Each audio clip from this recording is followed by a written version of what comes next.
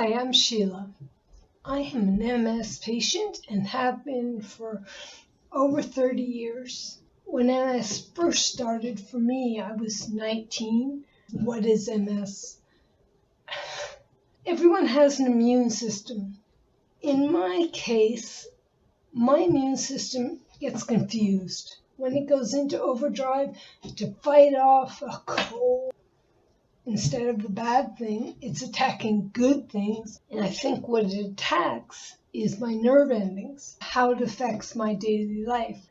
That I can remember a first MS-like attack, and all of a sudden, when I said to my brain, continue writing something across a page, it all of a sudden couldn't do it because the message of how to get that to happen wasn't getting through. And with that first attack, it only lasted 2 weeks, a week, and then all of a sudden you get better. You go right back to normal. They weren't debilitating. I could still conduct my life quite normally, but I had no idea what it was. Of course, I went to the doctor at university and explained what was happening to me, and of course he said, "Oh dear, are you having problems with a boyfriend? Is school too difficult for you? Are you stressed out?" And so I went through that for 5 years. And sometimes it would affect my writing, sometimes it would affect my speech, sometimes it would affect my eyes, sometimes it would be numbness on the complete right side of my body. I could almost draw a line down my body, and this side was numb, this side wasn't. So those are the kind of experiences I went through for 5 years. Probably about the 4th year, a doctor did mention me, it could be something called MS, and I thought, what's that? And he really didn't go into it in too much detail, so I wasn't too worried. But I knew it was a disease of the nerves, and it sounded quite intense and awful, but for me it really wasn't, because the attacks I'd been having, as I say, were weird and never lasted too long at all. So an MRI is a definitive way to test for MS, and that will give you a diagnosis. I took the test, went through the MRI machine, and afterwards, and he said, "Oh, Sheila, you have MS." Basically, he said, "Sheila, it's all over the MRI machine. We can see the damage that you've been having over the years, and that is typical attacks from MS." It was debilitating in the sense that your nerve endings are being scarred like crazy, and then they get better, and then they're still scarred again. So you can imagine there's a wearing down process. And then in 1996, I had a bad attack.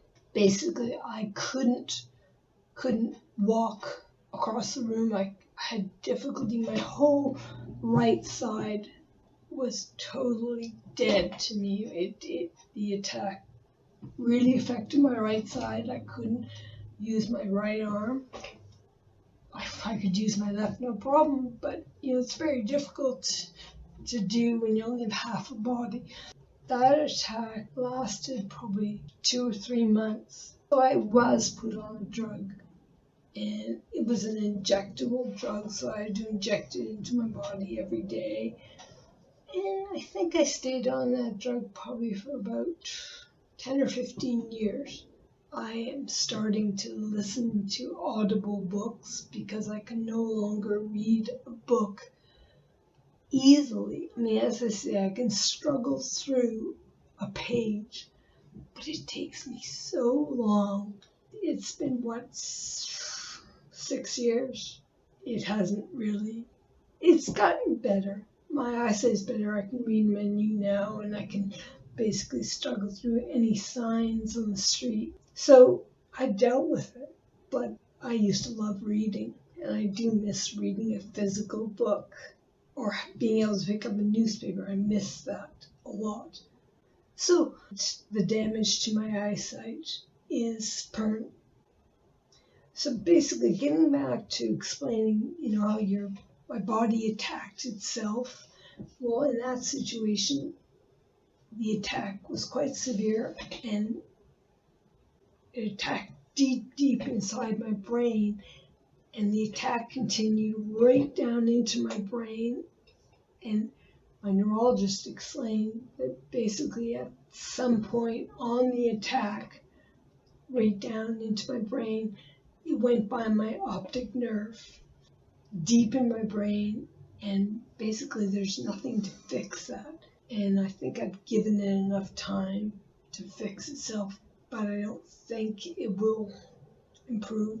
After so many years, you just start to manage. You have to be resilient. You have to realize this is beyond your control. So here I am telling you it's beyond my control. MS is bigger than I am. MS is stronger than I am. Friends do watch out for me. They watch me struggle walking, and they just keep their eyes open for me.